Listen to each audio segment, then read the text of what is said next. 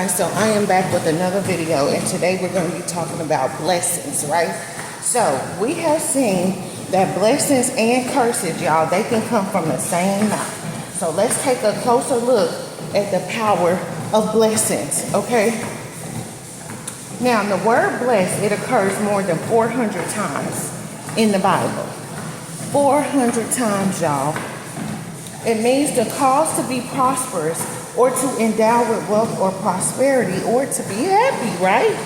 So listen, it literally means to be blessed in every area of one's life. In every area. Not just in one area, but in every area of your life, right? Now, just as a curse is transmitted by words, the Bible reveals also that blessings can be passed on in the same way, right? The blessing is the release of the spoken word over another person or thing. So when God created the earth, the sea creatures and the birds, he spoke blessings over them and they were blessed. It was good, right? Then he spoke blessings over man and he was blessed. So only man had the power to bring a curse upon himself through the sin of disobedience, right? Now, after the destruction of the earth by water in Genesis 9 and 1, God, he had blessed Noah and his sons, right? And when God, he had made a covenant with Abraham, right? He not only blessed Abraham, okay, but all the families of the earth. And we can see this in Genesis 12, 2 and 3, right? When he said, I will make you a great nation. This is what God said. He said, I will bless you. He said, I will make your name great, and you shall be a blessing. He said, I will bless those who bless you, and I will curse him who curses you. So, listen. He said, and in you all the families of the earth shall be blessed, right? So God, he spoke a blessing over Abraham that actually extended down through the centuries, right? So as a born-again believer, your family is part of all the families of the earth, right? And you are a heir to the promises of Abraham. Come on, turn that up. And so yeah, you are here to the promises of Abraham, and you are here to the promises extended to Abraham, you and your family, right? And also you are destined to receive the same blessings that God spoke over Abraham and his family. And we can see Jesus, he used the same concept, y'all, of blessing in his Sermon on the Mount. He said, blessed are the poor in spirit, right? This is what he said. And then he said, blessed are those who mourn. Blessed are the meek. Blessed are those who hunger and thirst for righteousness. And then he said, blessed are the merciful. Blessed are the pure in heart. Blessed are the peacemakers. And blessed are those who are persecuted for righteousness. So if you persecuted for righteousness, you blessed. Okay? And so Jesus, even in the Sermon on the Mount, basically he taught that we should extend the blessings to others, even to our enemies, right? and okay, God is speaking to me. Listen. And so he said, bless those who curse you. Bless them. Bless them. And then he said, pray for those who spitefully use you. Pray for these people and bless them. Bless those people that didn't curse you.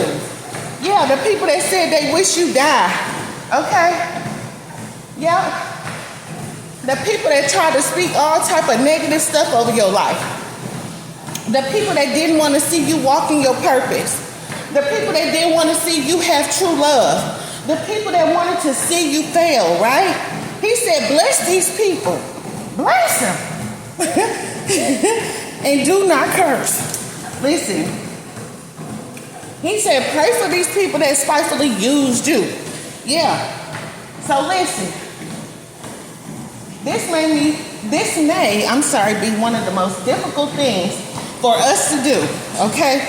Lord, help us today, God. And so it would be much easier for us to blast our enemy with a curse. It sure would. But God gonna have to help us today, y'all. But Jesus said not to do that. Don't blast off in the spiritual realm on nobody. Listen. So listen, if anyone understood the principle, okay, it was Jesus who did only good and was murdered for it. Okay? So while Jesus was hanging in agony and suffering on the tree, because it wasn't no cross, y'all, they lied. He blessed his tormentors and said, Father, forgive them, okay? For they do not know what they do. So the last thing he did before ascending to heaven was to lift his hands and bless his disciples. He led them out as far as Bethany, and he lifted up his hands and blessed them. Now let's shed more light, okay, on blessings, according to Luke 24:50 and Romans 12:17 through 21. Okay? It says, repay no one evil for evil. Have regard for good things in the sight of all men. It says, if it is possible, as much as depends on you, okay? Live peaceably with all men. And it says, beloved, do not avenge yourselves, but rather give place to wrath. For it is written, vengeance is mine, okay? God says that he will repay, all right? Says the Lord. Therefore, if your enemy is hungry, feed him. If he is thirsty, give him something to drink. Then it says, for in doing so, you will reap coils of fire, on his head. Do not be overcome by evil, but overcome evil with good. Now, so it is evident that the blessing is the supernatural power of God, imparted by spoken words over another person, right? This means that you and I both can speak blessings over our sons, our daughters, our spouses, and even our entire, extended family, all right? We have the authority through our words. Now, through our words, we have the authority, okay, to not only bind the work of the enemy in our lives, but also to release upon our family God's blessing in every area of their lives. So when we release blessings over our family and over ourselves, we're taking a step beyond binding the enemy. So, because Satan, he thought your house was his house. That's what he thought. But he had it all twisted. So he took up residence there, right? And when we reserve the curse, pronounce a blessing on ourselves and on our family, we are spoiling his house. So in Matthew 12:29, you can see where Jesus says, or how can one enter a strong man's house and plunder his goods unless he first binds the strong man, and then he will plunder his house, right? So once you speak this spiritual blessing, being the spiritual authority God has established over your household, it cannot be reversed, okay? It cannot be reversed. So remember the Old Testament account of Jacob, who through deception, he received the blessing that rightly belonged to his brother Esau, right? His brother Esau. Now, once their father Isaac gave that blessing, Isaac could do nothing to reverse it, even though Jacob, deceitfully attained it, right? So, and that was in Genesis 27, 33 through 35. It says, then Isaac trembled exceedingly and said, Who is the one who hunted game and brought it to me? I ate all of it before you came, and I have blessed him, and indeed he shall be blessed. When Esau heard the words of his father, he cried with an exceedingly great and bitter cry, and said to his father, Bless me also, O father. But he said, Your brother came with deceit and has taken away your blessing.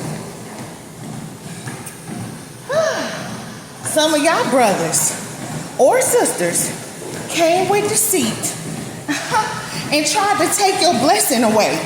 Okay? But they didn't know, as a heir to the Abrahamic covenant and the promises, okay, you and your family will still be blessed, okay? And once you speak that blessing over your family, nothing can be done to reverse it, okay? You are blessed indeed, except disobedience or sin, right? So, short of that, nothing, no force in hell, no force on the earth will be able to stop or reverse the Abrahamic covenant and promises and the blessings over you and your family's life. Nothing in hell won't be able to reverse it or stop what God is about to do, right? Listen, the force of heaven backs you up. The force of heaven backs you up, your children up, your spouse up. Listen, come on now, y'all don't hear what I'm saying. Y'all don't hear what I'm talking about. It says the force of heaven, the angelic armies, okay, they are backing you up right now. While you on this video talking, while you walking, while you working out, whatever it is that you're doing, listen, the angelic forces is backing you up, okay? So,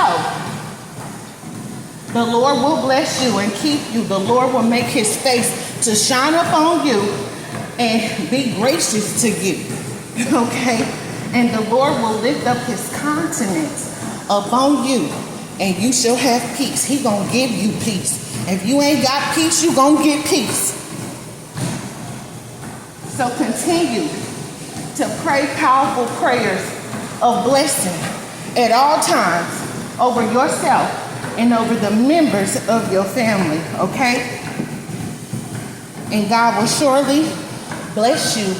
Indeed, he will enlarge your territory. His hand is going to be with you, okay?